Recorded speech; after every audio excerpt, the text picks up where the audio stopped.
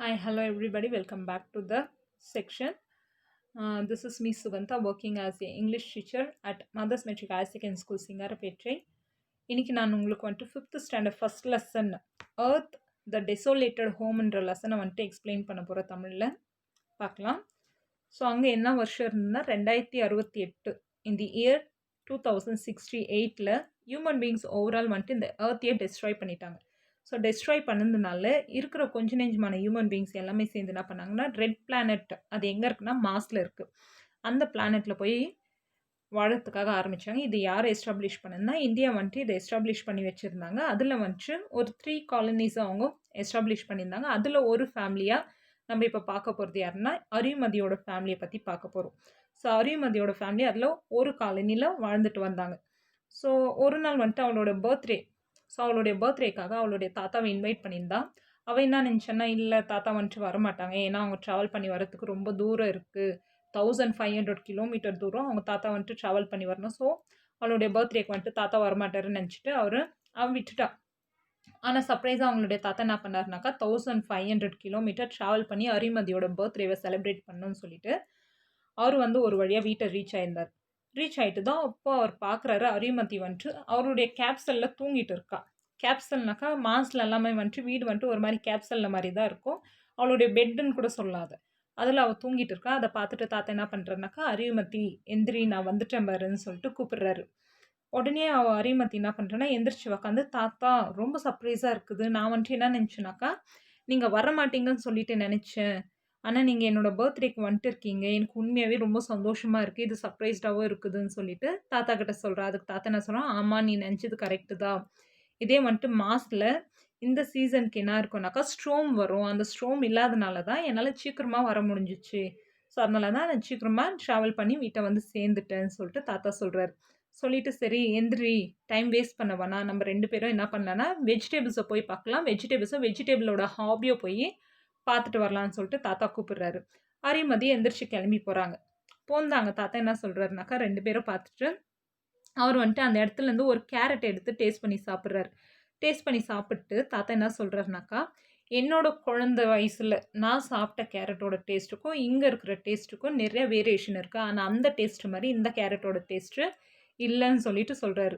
அதுக்கு அரிமதி கேட்குறான், ஏன் தாத்தா அப்படி சொல்கிறீங்க, பார்க்க போனால் இங்கே இருக்கிறது தான் ரொம்ப ஒரிஜினலான கேரட்டு, ஆனால் வந்துட்டு நீங்கள் பூமியில் சாப்பிட்ட கேரட் வந்துட்டு அந்தளவுக்கு ஒரிஜினல் இல்லைல்ல, எனக்கு ஹியூமன் பீயிங்ஸ் தான் அது எல்லாமே டெஸ்ட்ராய் பண்ணிட்டாங்களே, அவங்க வந்துட்டு இண்டஸ்ட்ரீஸு ப்ளஸ் வந்துட்டு இன்னும் பெரிய பெரிய பில்டிங்கு கன்ஸ்ட்ரக்ஷன் இது எல்லாமே பண்ணி அந்த நிலத்தடி நீர் நிலம் எல்லாத்தையும் வந்துட்டு ஃபர்டிலைஸ் எல்லாமே வந்துட்டு நாஸ்தி பண்ணிட்டாங்க. அதே மாதிரி அவங்க யூஸ் பண்ணுற அந்த சாயில் கூட கெமிக்கல் மிக்ஸ் பண்ணி தானே யூஸ் பண்ணுறாங்க. அப்போ அந்த வெஜிடபிள்ஸ் எதுவுமே ஹெல்த்தியான வெஜிடபிள்ஸ் இல்லை இல்லையா, ஆனால் இங்கே இருக்கிற வெஜிடபிள்ஸோ ஹெல்த்தியான வெஜிடபிள்ஸ் இங்கே வந்துட்டு எதுவுமே அந்த மாதிரி ஒரு சாயிலை வந்துட்டு அவங்க என்ன பண்ணுறது இல்லைனாக்கா கெமிக்கல்ஸ் யூஸ் பண்ணி பண்ணுறதில்ல, அதனால் இங்கே இருக்கிறது தானே நல்ல கேரட்டு, அங்கே இருக்கிறது ஹெல்த்தியான கேரட் கிடையாது தானேன்னு சொல்லிட்டு சொல்கிறா. அதுக்கு தாத்தா என்ன சொல்கிறாங்கனாக்கா இல்லை ஆக்சுவலாக வந்துட்டு இங்கே இருக்கிற இது எல்லாமே வந்துட்டு அந்த சாயிலோட இதில் தான் விளைய வைக்கிறாங்க, ஆனால் வந்துட்டு பூமியில் அப்படி கிடையாது.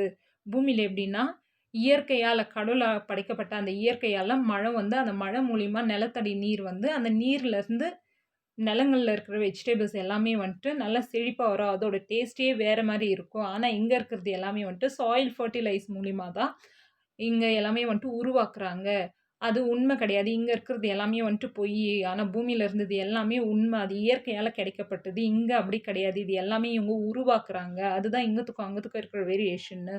ஸோ அங்கே இருந்தது தான் ஒரிஜினல்லு. அதுவும் இல்லாத ஹியூமன் பீயிங்ஸ் என்ன பண்ணிட்டாங்கனாக்கா ரொம்ப டெஸ்ட்ராய் பண்ணிட்டாங்க, அவங்களுடைய தேவைக்காக இது எல்லாத்தையும் அழிச்சிட்டாங்கன்னு சொல்லிட்டு தாத்தா சொல்கிறாரு. அதுக்கு அரிமதி என்ன சொல்கிறேன்னா ஆமாம் தாத்தா எனக்கு இது எல்லாமே தெரியாதுன்னு சொல்லிட்டு பேசிகிட்டே 2 பேரும் போகிறாங்க. பேசிட்டு போனதுக்கப்புறமா என்ன பண்ணுறாங்கனாக்கா சரி இங்கே இருக்கிறது எப்படி உருவாகுதுன்னு சொல்லிட்டு கேட்குறப்போ இங்கே இருக்கிறது எல்லாமே வந்துட்டு பேர்னிங் சாயிலில் தான் உருவாக்குறாங்க, ஆனால் எர்த்தில் வந்துட்டு இந்த மாதிரி கிடையாது, ரெயின் வாட்டர்லேருந்து தான் இது எல்லாமே உருவாக்குறாங்க, இது எல்லாமே வந்துட்டு இயற்கையாக கொடுக்கப்பட்டது, அதே மாதிரி அங்கே வந்துட்டு எல்லாமே ஃப்ரீயாக இருந்தது, ஆனால் இங்கே அப்படி கிடையாதுன்னு சொல்லிட்டு தாத்தா சொல்கிறார். அது உடனே அரிமதி என்ன சொன்னால் போதும் தாத்தா உங்களுடைய ஸ்டோரியை ஸ்டாப் பண்ணுங்கள், நம்ம இப்போ வந்துட்டு உங்களுடைய ஸ்டோரி எதை பற்றின ஸ்டோரி ஹர்த்தை பற்றின ஸ்டோரியை வந்துட்டு ஸ்டாப் பண்ணுங்கள், இப்போ நம்ம வந்துட்டு என்ன பண்ணலான்னாக்கா சர்வைவலை பற்றி பார்க்கலாம், இங்க ரொம்ப வாழ்றது வந்துட்டு நம்மளுக்கு ரொம்ப டிஃபிகல்ட்டா இருக்குன்னு சொல்லிட்டு சொல்றாரு. அதுக்கு அவங்களுடைய தாத்தா, "ஆமா, இங்க இருக்கிற இங்க இருக்கிற வாழ்க்கை வந்துட்டு கொஞ்சம் கஷ்டம் தான். டிஃபிகல்ட்டான வாழ்க்கை தான் மாஸ்ல இருக்கிறது. ஆனா, இன்னைக்கு நம்ம எல்லாமே வந்துட்டு எதெல்லாம் நம்மளுக்கு பூமியில ஈஸியா கிடைக்குமோ, அதுக்கு எல்லாமே வந்துட்டு இந்த இடத்துல நம்ம ஃபைட் பண்றோம். இதுதான் உண்மையா நம்ம வாழ்ற வாழ்க்கைன்னு" சொல்லிட்டு தாத்தா சொல்றாரு. அதுக்கு அரியமணி என்ன சொல்றான்னா, "ஆமா தாத்தான்னு" சொல்லிட்டு அவளும் அக்செப்ட் பண்ணிக்கிறா. அதுக்கப்புறம் தாத்தா என்ன சொல்றாருன்னா, அ எர்த்ல வந்துட்டு நம்மளுக்கு எதுக்கோ இந்த மாரி ஷூட் எல்லாம் இப்போ போடுவோம் இல்லைங்களா? மாஸ்ல இருந்தாக்கா நம்மளுக்கான ஷூட் குடுக்குவாங்க. ஆக்ஸிஜன் சிலிண்டர் குடுக்குவாங்க. அது இல்லாத வந்துட்டு மாஸ்ல நம்மளால உயிர் வாழ முடியாது. அதே பூமியில இருந்தா நம்ம ஷூட் போட வேண்டிய அவசியம் கிடையாது. நார்மல் ட்ரெஸ்ஸிங் சென்ஸ்லயே இருக்கலாம். அதே மாரி வந்துட்டு ஆக்ஸிஜன் சிலிண்டர நம்ம கையில எடுத்துட்டு போணும். இல்ல பின்னாடி சுமந்துட்டு அதோட ஆக்ஸிஜன் வச்சு தான் நம்ம உயிர் வாழணுன்ற அவசியம் நம்மளுக்கு கிடையாது. ஆனா அது மாஸ்ல இருந்தது. அதுக்கு தாத்தா சொல்றாரு, "மாஸ்ல வந்துட்டு இப்படியெல்லாம் இருக்க வேண்டியது இருக்கு. ஆனா பூமியில வந்துட்டு இப்படி ஒரு சிச்சுவேஷன் நம்மளுக்கு கிடையாது. அதுதான் இங்கத்துக்கும் அங்கத்துக்கும் இருக்கிற லைஃப். என்னைக்கு இருந்தாலும் பூமி பூமி தான். மாஸ் தான். இங்க கிடைக்கிறது எல்லாமே பூமியில ஈஸியா கிடைக்கும். ஆனா இங்க வந்துட்டு அப்படி எதுவுமே கிடையாது. இதெல்லாம் போட்டுட்டு தான் நம்ம உயிர் வாழணும். அதனால பூமி தான் எதுவும் பெஸ்ட். ஆனா இது எல்லாமே வந்துட்டு ஹியூமன் பீயிங்ஸ அழிச்சுட்டாங்கன்னு" சொல்லிட்டு சொல்றாங்க.